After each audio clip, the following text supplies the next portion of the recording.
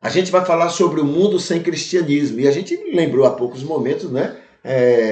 Sobre o americano, né? A coisa evangélica americana e o interesse deles em terem liberdade para tirar a liberdade dos outros.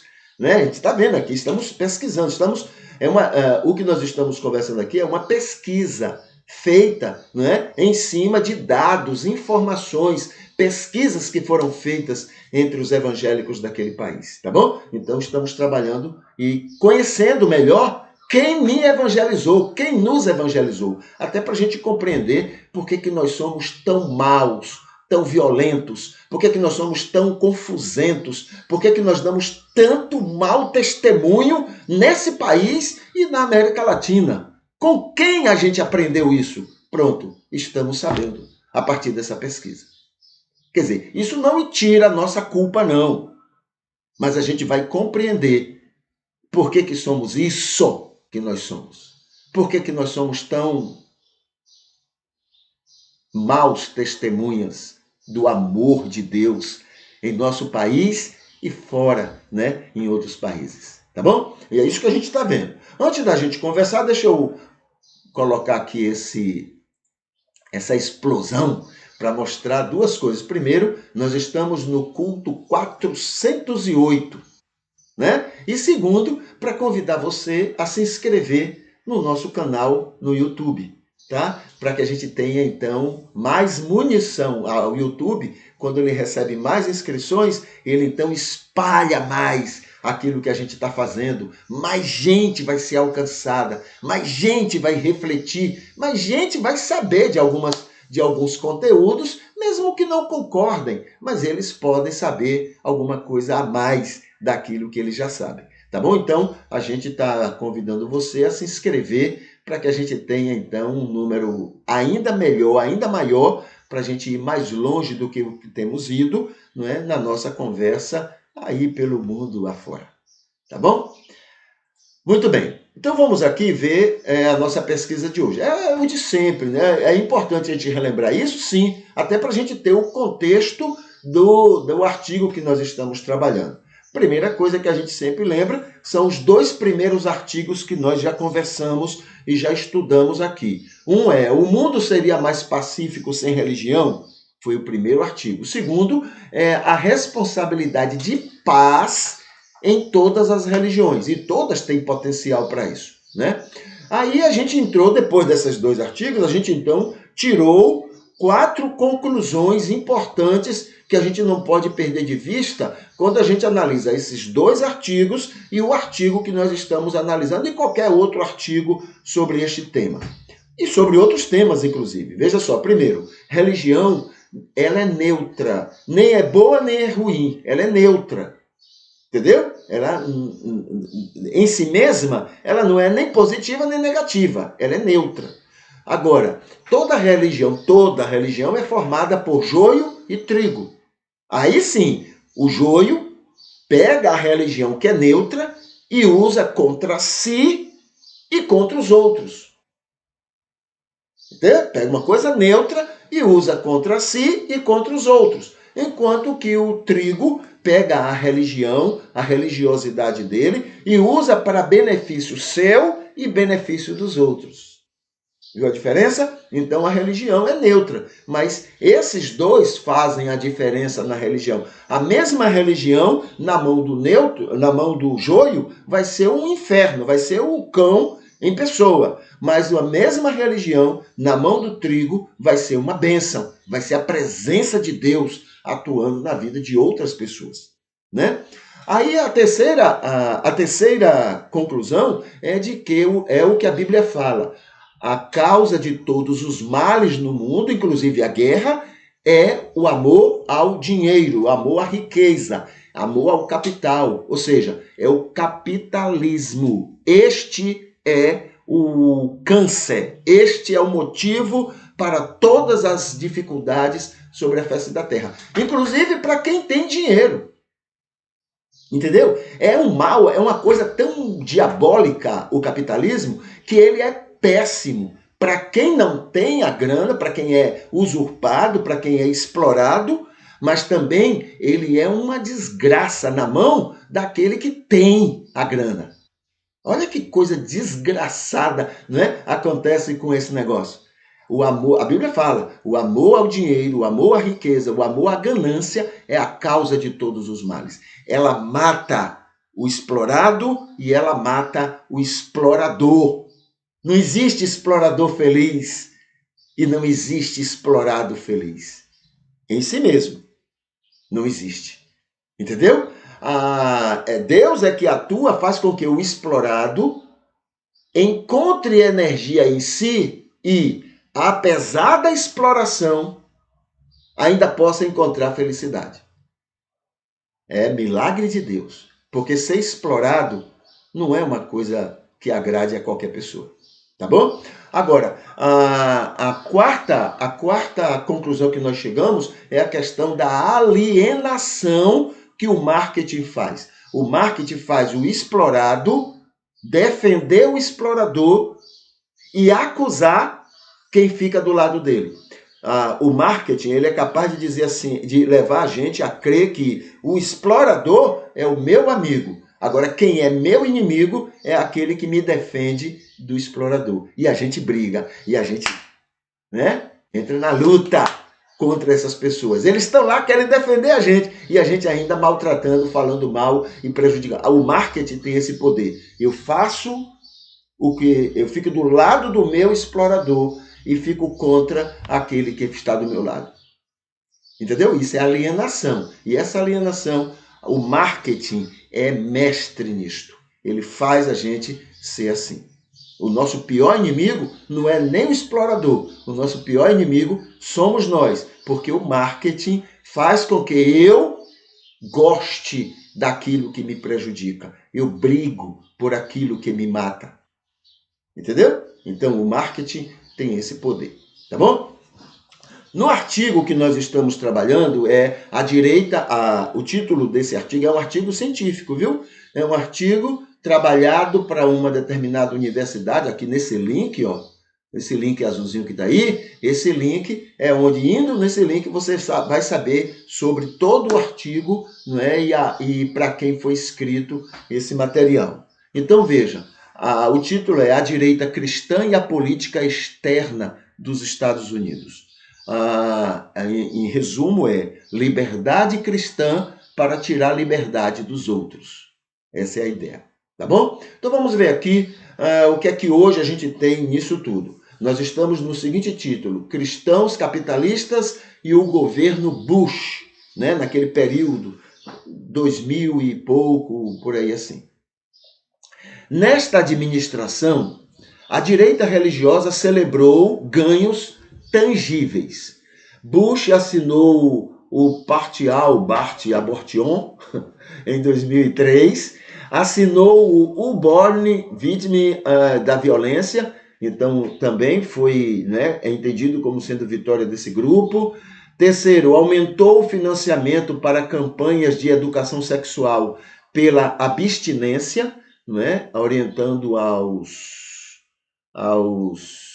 lá nas escolas americanas. 4, restringiu a pesquisa com células-tronco, né? Restringiu, né? Ele impediu que a pesquisa sobre célula-tronco se desenvolvesse. Você vê, né, o que é ignorância, porque, né, quer dizer, célula-tronco poderia hoje estar salvando muito mais gente, mas não estão preocupados porque Deus não quer que a gente mexa com a célula-tronco, porque essa coisa tola, né, que a gente termina ficando para trás. Aliás, toda a medicina sempre encontrou dificuldades. O que a gente hoje sabe da medicina não foi encontrada com facilidade, né? Sempre houve esse tipo de gente fanática, né? Esse fanatismo para impedir, como se a medicina fosse uma coisa contrária à vontade de Deus. Olha, Deus nos deu a capacidade de desenvolver a ciência, então Deus está sabendo de tudo e aprovando. O problema não está na ciência, o problema está em quem usa a ciência para o bem ou usa a ciência para o mal. Aí sim é a motivação, não é a ciência. A ciência é como o cinto de segurança. Tem gente que morre porque está preso a um cinto de segurança. Mas a grande maioria, né, de gente que sofreu acidente se salvou porque tinha um cinto de segurança segurando ele. Agora, a mesma coisa, a ciência tem sido usada de maneira negativa por muita gente. Mas tem muito mais gente usando de maneira correta e Deus aprova. O problema não está na ciência. Foi Deus que criou a ciência, foi Deus que desenvolveu a ciência. Mas o fanatismo atrapalha bastante, né? Isso durante séculos, né? Fanatismo religioso é uma praga. O que mais? Então restringiu. Segundo, além dos evangélicos que ocuparam assentos no executivo, né? Então ele encheu de evangélicos ali ligados a ele e tal. Então você veja quem é que são realmente. Eu até lembrei ao outro dia o que o presidente atual brasileiro disse para os evangélicos: eu faço tudo o que vocês mandam. Então, tudo que está ruim acontecendo no Brasil não é culpa dele, é culpa dos evangélicos. Nós temos culpa, então. Né? Se ele está fazendo tudo o que a gente quer e está mostrando o que quer, que está fazendo, então a culpa é nossa. Nós não sabemos governar. A gente é egoísta. A gente está igual esses americanos aí. Né? A gente quer liberdade para a gente influenciar, tirando a liberdade dos outros. Como a gente se parece, né? Como a gente se parece com aquela gente de lá. Eles fizeram um trabalho perfeito em cima de nós, porque nunca vi parecer tanto com eles. Muito bem. Então, olha, além dos evangélicos que ocupam assentos no executivo, Bush apontou conservadores sociais para a Suprema Corte, né? Colocando lá os ministros de acordo com a orientação dos evangélicos. Não, bota fulano, porque fulano, ele é contra isso, ele é contra aquilo, ele é contra aquilo outro, ele vai, entendeu? Então ele foi colocando esse tipo de gente lá, né, até as nossas leis parecem muito com eles, né? Por que o presidente é que tem que colocar a gente na justiça, né? Que justiça é essa tão dependente de presidente? Quem tinha que escolher isso são eles, lá dentro dos critérios que deveriam ser estabelecidos. Mas por que presidente tem que escolher gente da corte? Né? Para poder facilitar a vida dele e melhorar a situação dele? Será que é isso? Por que presidente tem que escolher isso, né? Mas a gente tem que repetir, a gente gosta de ficar imitando a América, né? Fica imitando aquelas coisas, a maneira como eles se governam lá, e a gente fica imitando.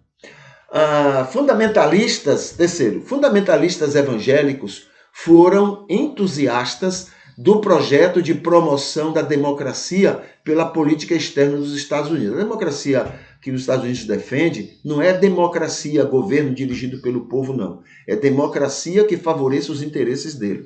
Para ele, só é país democrático aquele que dá portas abertas para ele entrar e, de muitas maneiras, roubar aquilo que cada nação tem. Então, esse é um país democrático. Pode ser até um déspota, por exemplo, na época de Saddam Hussein. Saddam era um ditador né? Mas como facilitava os interesses americanos, então era um democrata. Que povo hipócrita, né? A América é hipócrita demais. Então, Saddam Hussein, que era um ditador, como ele facilitava os interesses americanos no Iraque, então ele era um democrata. Mesma coisa o da Líbia, que é o Gaddafi. Enquanto facilitava os interesses americanos, são democratas.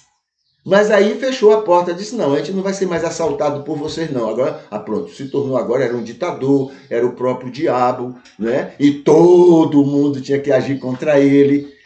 A América é uma praga.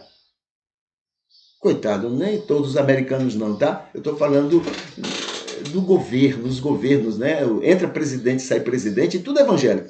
Entra presidente, sai presidente, é a mesma coisa, é o mesmo interesse de assaltar os outros, de tirar dos outros a riqueza dos outros, né? Também ele sai, mas permanece lá a CIA, permanece o Pentágono, permanece todas essas entidades que permanentemente estão lá para isso, para manter essa situação, né? Então, o povo americano, claro, sofre um pouquinho do orgulho, da vaidade, né? da prepotência, não é? Que a gente também tem, não tem muita diferença não.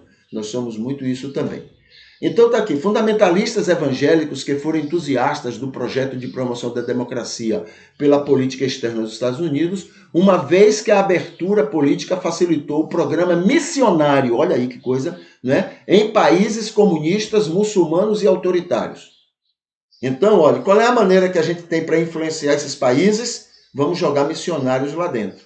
A gente joga missionários que, em nome de Jesus, eles vão dizer para as pessoas como é que elas devem pensar, crer e se sentir influenciadas por nós, para toda vez que a gente quiser investir alguma coisa nesse país, esse povo ficar a nosso favor. Como a gente faz, né? A gente não briga, né? A gente, tudo que a América faz, pode ser até coisa ruim contra a gente, mas a gente apoia. É um trabalho permanente que é feito nos filmes que eles passam para a gente, né? Os filmes, as programações, as atividades, missionários, né? Tudo isso são maneiras de influenciar o mundo para que façam. Aí por que eles têm tanto dinheiro? Porque isso que eles fazem geram dinheiro para eles desses países e eles usam o mesmo dinheiro para poder cada vez mais influenciar a gente e influenciar o mundo. Entendeu? Tem gente que briga por eles. Tem gente que sabe que eles estão colocando a mão no bolso da pessoa, no bolso daquele país, tirando o que aquele país tem e ainda briga a favor deles. A Europa está fazendo isso. A Europa está fazendo isso. A França, que sofreu outro dia reclamando porque os Estados Unidos tomou a frente, né, numa questão comercial lá com a Austrália, em fazer um submarino atômico e tal, a França perdeu muito dinheiro com isso. Mas pergunta para a França se ela não está brigando a favor dos Estados Unidos, né, nessa luta pessoal da América contra a Rússia. E botando os ucranianos para ficar lá na guerra sofrendo, né? Mas a briga é a América contra a Rússia. E os ucranianos morrendo e sofrendo lá. Eles fazem isso, viu? Sem pena. Eles fazem isso, inclusive, com a gente. 4. A direita religiosa gerou apoio popular. A direita religiosa nos Estados Unidos gerou apoio popular e suporte teológico para a campanha democrática de Bush. Né? Então, tudo tem um jogo aí para poder haver a eleição. A campanha democrática de Bush. Agora, veja só, democrática aqui é a democracia dentro do interesse dos republicanos, né, americanos. Mirando na capacidade do liberalismo político e do American Way of Life, de sustentar a liberdade religiosa e, com ela, o proselitismo internacional.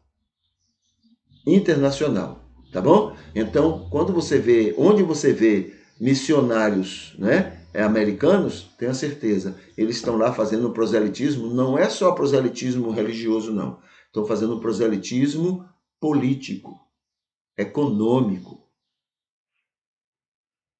Entende? E fizeram isso durante mais de 100 anos no Brasil, tá? Inclusive entre nós batistas. Ficava garantido, assim, o lugar das igrejas cristãs no mercado religioso de países no leste europeu, na Ásia, África e Oriente Médio. Ele espalhava no mundo. Mas como é que tem tanto dinheiro? Porque é assim, você investe 500 milhões e você, na soma do que você ganha, você vai ganhar 5 bilhões ou 50 bilhões. Então, sempre tem um dinheiro para poder investir de novo e ainda sobra para as regalias e os luxos que a gente encontra lá. Entendeu? Então tá isso. Né? Ficava garantido assim o lugar das igrejas cristãs no mercado religioso de países no leste europeu, Ásia, África e Oriente Médio. Tá bom? Então essas são informações que a gente tem aqui hoje para essa terceira pesquisa que nós estamos avaliando, analisando a respeito da direita, dos cristãos capitalistas. Direita aí é cristãos capitalistas dos Estados Unidos. Tá bom?